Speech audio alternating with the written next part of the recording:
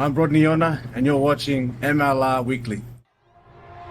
Next on MLR Weekly, playoff-bound Old Glory DC head coach Simon Cross, John Fitzpatrick of Rugby Morning with headlines and updates, Bryan Ray of America's Rugby News with opinions and predictions, picks of the week courtesy of the Rugby Odds, the Rugby Network's Play of the Week, and the best darn recap in all of rugby.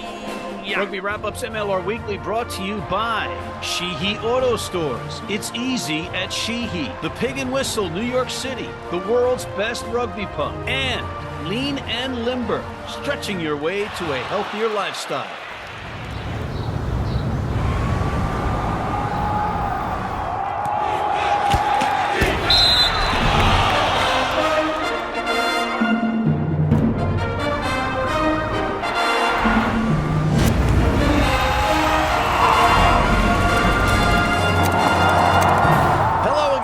Welcome to Rugby Wrap-Ups, MLR Weekly. Thank you for joining us. It's much appreciated. It's not lost on us, and we think we have a good show for you to that end.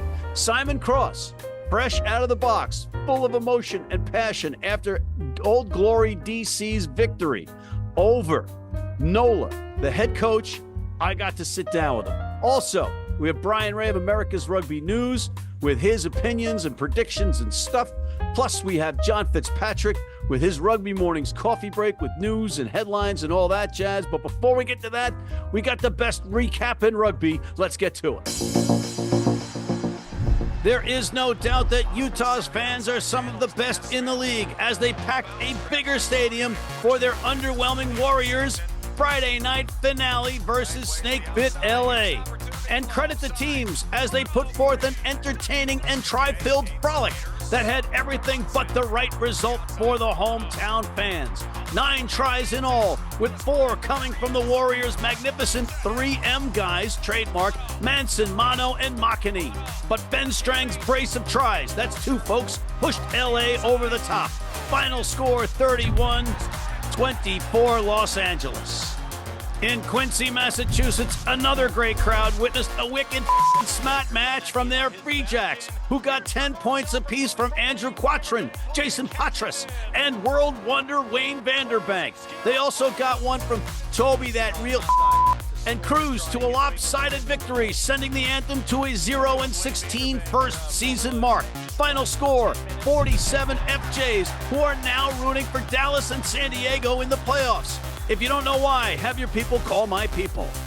After America and the world were rocked by a mind-numbing farce of a presidential debate, Old Glory and NOLA provided the perfect escape, a thrilling slugfest outside the nation's capital. Things immediately looked bleak for the raucous record DC crowd, though, as the team from the Big Easy made things difficult for my new homies. The Gold bolted to a 10-0 lead and controlled the tempo, but Simon Cross's Washingtonians would not go quietly into the night and rattled off 17 unanswered points. Corey Brown's Gold found their footing, though, and the teams traded heavy shots in a seesaw battle that made for a squirm-in-your-seat finish with an electric atmosphere throughout. In the end, though, Old Glory found just enough new glory, winning 27-24. Don't call it a comeback. That. Call it a comeback. A Cardi comeback. That's right. Forgotten man Luke Cardi continues to keep the Hounds in the championship hunt and undefeated since firing their head coach. And while Miami put up a good fight, Dylan the Butcher Fawcett and co. weren't about to let this one go, not while needing to win to keep from flipping with DC in the Eastern Conference seedings. Indeed, Cardi, Fawcett, and their lyrical Irish brogues combined for 23 of Chi-Town's 38 points as the Hounds took a bite out of the Sharks and took care of business 39-26. Note, Miami can't win if fly-half Sean O'Leary leads the team in tackles with 15. Deep in the heart of Texas. I don't know if that's true, but it sounded good. Houston and Dallas locked bicuspids in the Texas two-step derby part 2. And the Sabercats blew the Jackals out of the building and went on to cruise. Oh, wait, that's not what happened. Yes, the Cats scored often and early, but Dallas came roaring back in the second half, only to lose another heartbreaker. There were 4 tries for each side and 8 different try scorers. It was a wild and fun match that set the tone for the playoffs rematch and has Houston's rugby mayor, Grant Cole, pacing and yelling, "The sun don't shine on the same dog's ass every day." Final score, Houston 29, Dallas 28. Amidst the sun, suds, and surfboards of San Diego, Seattle hung 10, actually 21, on the Legion and led 21-3. But that lead faded as the Legion were called to arms and legs and marched up and down the paddock behind Philemoni Waganabetti's 231 meters rushing, or 253 yards rushing, folks. And Matt Gitto had 291 kicking meters. Indeed, the Legion made sushi of Rucky and the rest of the Seawolves in the second half, raising eyebrows before they faced each other again in the playoffs.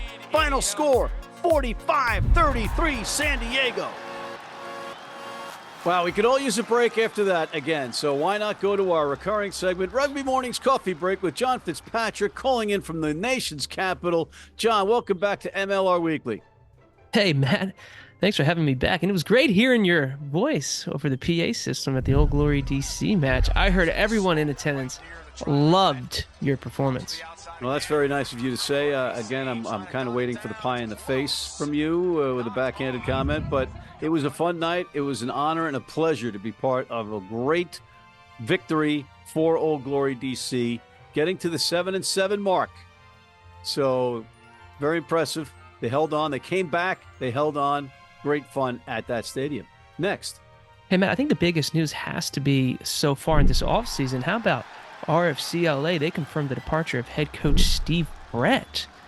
Remember that Steve relocated from Rugby ATL to start up that inaugural franchise. But Matt, RFCLA joins the Chicago Hounds as the other MLR club looking for a head coach this offseason.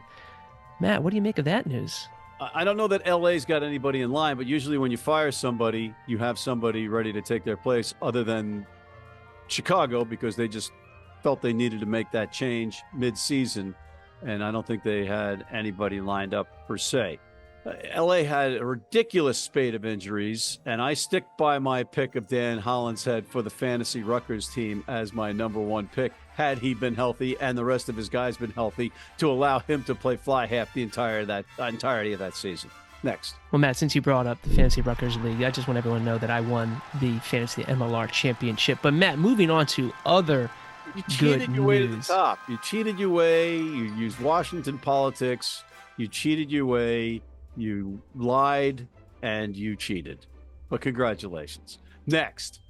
Thank you very much. Let's move on to some good news. Hey, did you catch ESPN Sports Center? How about MLR and Wayne Vanderbank? That was pretty awesome, right? It is. Look at the highlight. Oh, wait, don't look at the highlight because we can't put it in the show because we'll get our nuts sued off. Next. Hey, Matt, how about the Utah Warriors? Of course, they finished a disappointing 5-11 this season, but nothing disappointing about their home attendance in Week 18. Of course, they lost to RFCLA, but they set a new franchise mark when nearly 11,000 fans showed up at America Hearst Field. Matt, that's pretty good that a squad like that can pull 11,000 fans in the last regular season game. That's amazing. That's amazing. And unfortunately, they lost, but they lost to my Riflica team that resembled the Riflica team that I thought they might be. That, of course, is Rugby Football Club Los Angeles. Next. Matt, of course, the MLR playoffs are set, but they won't begin until the weekend of July 20th as MLR pauses for the international window. A number of MLR clubs have some USA men's Eagles who will be playing in the Romania and Scotland matches, including Old Glory DC. They've got 3 players named to the traveling roster, so it'll be interesting to hear later in this episode from Old Glory DC head coach Simon Cross about how they're going to manage all of that over these next couple of weeks ahead of the MLR playoffs. That's right. I got the chance to chat with him after the big victory over NOLA, and we talked about a slew of things, and you'll see that after we finish with you, John. Next. Hey, Matt, I want to close out with this. Did you catch Mark Cuban? That's right, the Mark Cuban, part of the promotional hype video for the USA Men's Sevens roster announcement ahead of the Paris Olympics in the next couple of weeks. Matt, it's got to be good news that a guy like Mark Cuban is maybe finally publicly getting involved with USA Rugby, MLR? Anything to this? Yeah, well, two things. First of all, we got to thank him. I thanked him on the internet, on the web. The Indiana University Hoosier rugby legend, that is Mark Cuban, by the way. So he is a player, not just a fan. But he says, he said, now it's time to get. Where the heck's he been? Right now, where have you been, Mark? Hello. But we're glad you're here. But where the heck have you been? Better late than never, right? Yeah. But man, we could have used you. We could have used you, but we'll take it now. Good to see you're on board. Next. Matt, again, that is all I've got. I'm excited as MLR pauses and we get to watch the USA Men's Eagles take the field coming up against Romania first. USA Men's Eagles are going to win this game, right? I mean, come on. They should. How long has Romania been together training, right? You got the Eagles getting together and they're like, hey, my name's Jim, my name's Steve, my name's Ken, my name's how you doing? And they're expected to play and cohesively with any resemblance of continuity. I don't know how they're going to handle that, but it'll at least get that match under the belt before they go face Scotland. And Scotland's, of course, coming over here, not with all their guys, but they're coming over here with a lot. And they're coming over here with the knowledge that they lost the last time they were on American soil in 2018. And don't think they're not thinking about it. For once, I actually agree with you. Okay. All right. And on that note, that's a good note. Let's take a quick break and then come back with Old Glory DC head coach Simon Cross, whose team's headed to New England to play the Flapjackals in Quincy. We'll be right back. Digs like a demented mole there. Need a great price on a new vehicle? Sheehy makes it easy. Easy Price shows you our lowest prices on the Mid-Atlantic's largest selection. Find your best price online or at any of our 31 dealerships. It's easy at Sheehy. Sheehy.com. You need your cleats? You need them tomorrow? If you order today by 3 p.m. New York time or noon LA time, they can have them to you tomorrow. Young, old, male, female, if you're playing on turf, if you're playing on grass, if you're playing in the rain, you're playing in the heat, they've got you covered. RugbyNow.com. Go there now.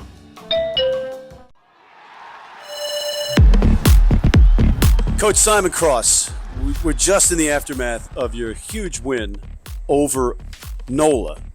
And I got to witness your emotional roller coaster that you go through and the pain that it is as a head coach in a professional sport, specifically in rugby.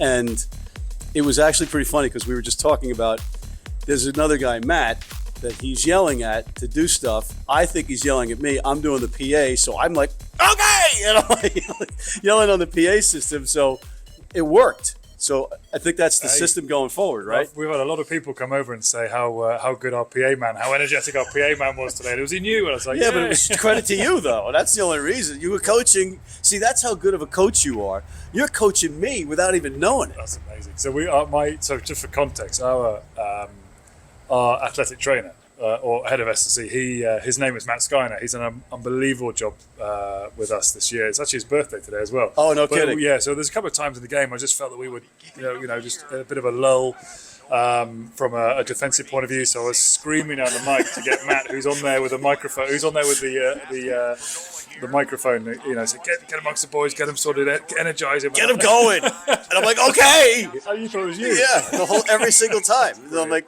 and I was like, all right, fans, let's get it going, and then he did a great job because how good was the crowd today? That was great. That was great. That's Old Glory's biggest ever crowd. I think 2,500. And they left with a great memory. Yeah, right. It was a good memory. It was, from a coaching point of view, there's a bunch of things that are frustrating about tonight, but the one thing that these guys they'll never let you down. 10 points down after 10 minutes. We defended horribly for the first 10 minutes, but actually they came back into the game. Yeah. It was they showed good heart, good fight, and to come away and beat a side like NOLA, who are a quality outfit.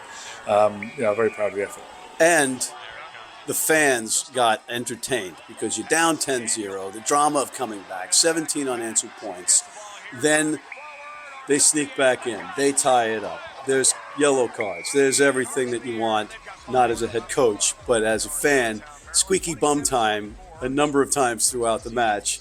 And then everybody left with a smile on their face, and they haven't even left yet. They're still mingling with the players of both teams, by the way. I mean, what we try and do here, and credit to Chris and Paul, our owners, is, we really value the values of rugby, the traditions of rugby. So the players having a beer afterwards, having a drink and mingling. But it's also it's our Old Glory ex-players day today as well. Yeah. So, we've had sort of all of the guys who took that first step with Old Glory coming back. We had we met them last night in a bar in town, including the Beast. Yeah, the Beast was there, but it was it was everybody. It was the guys who who were part of the first step of this journey, and it's I'm glad that it was a record crowd for them to be around tonight, and they could see the boys playing well. So it was a great day all around. Yeah, you had the likes of Threat and Palamo, you had Brown, you had South, who's still coaching with you, Stan, and all these guys look like they can put the cleats on right now and get out there. Yeah, they're in pretty good shape. Yeah, but you got. I said this to Corey of NOLA about Tim Falcon lobbying to play. Dunleavy is still putting the cleats on. Is he going to get a shot? He's a couple of injuries away.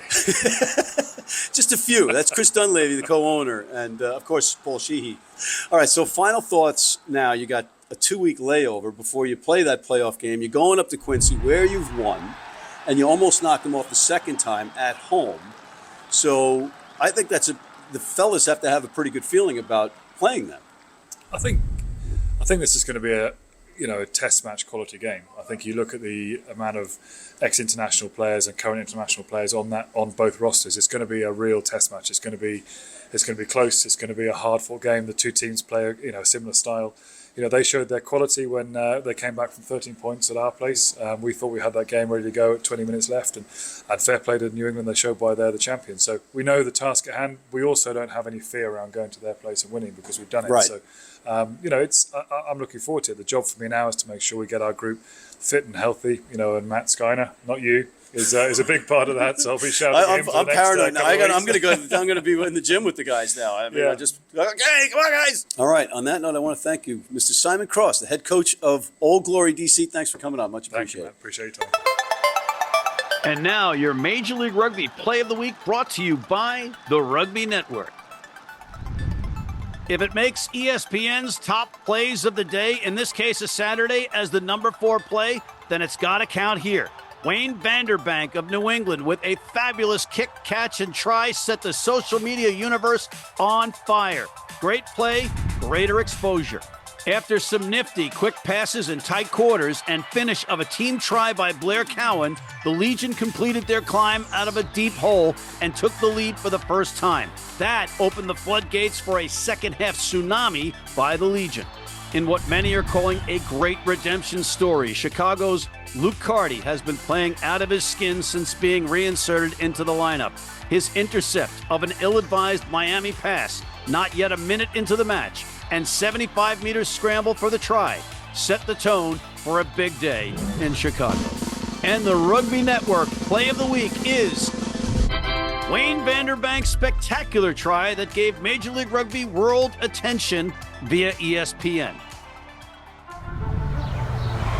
Here's your TRO, the Rugby Odds MLR Picks of the Week via WWE Hall of Famer turned rugby advocate and excellent handicapper John Bradshaw Layfield and King Gift A. Bailu, the Yogi Berra of rugby.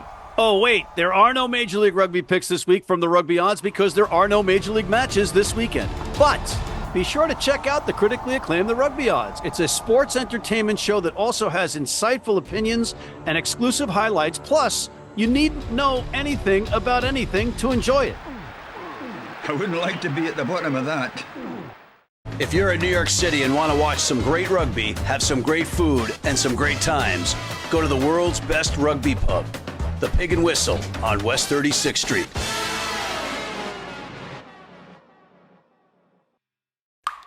Hey, U.S. fans, you can tune into every match live on Flow Rugby. How do we know that? Because we're on there all the time.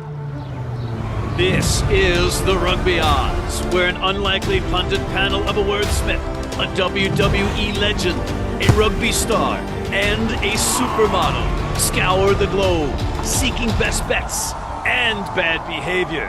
Are you not entertained?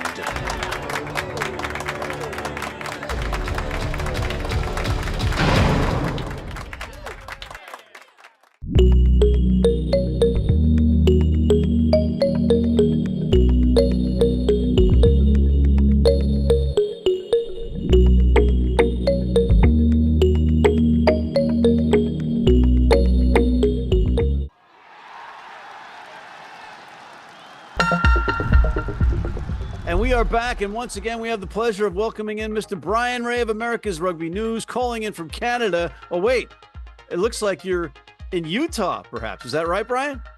Yeah, just enjoying the fantastic scenery here at America's first field, and America, I guess I should say, and almost 11,000 in attendance. What a show from the Utah faithful. Oh, I am utterly confused. I thought it was Zions Bank Stadium. Yeah, that's where they normally play, but this game got shifted to the big one. The one used to be called Rio Tinto, where they had, what was it, 9,000 or something when they played Glendale back in 2018. So, yeah, going up there. And you got to say, it looked fantastic on the broadcast. Yeah, great fan base. I kind of knew that. I just wanted to get that in there for the folks that are in a coma back home. But, Bryan, you're also in the outfit of the teams that were in the final last year. Polar opposites. Are you afraid you're going to disintegrate with the Free Jack shirt and the San Diego hat? Yeah, it's getting, a little steamy in here, but have to recognize those old timers putting on a show at Snapdragon and the terrific upset, the Free Jacks scoring the big win over Anthem to wrap up their campaign. Yeah, I detect a slight note of sarcasm, and that's very un-Canadian of you. Just going to say. All right, here's a quick question for you, putting you right on the hot seat. What was the bigger thing up for the American rugby landscape?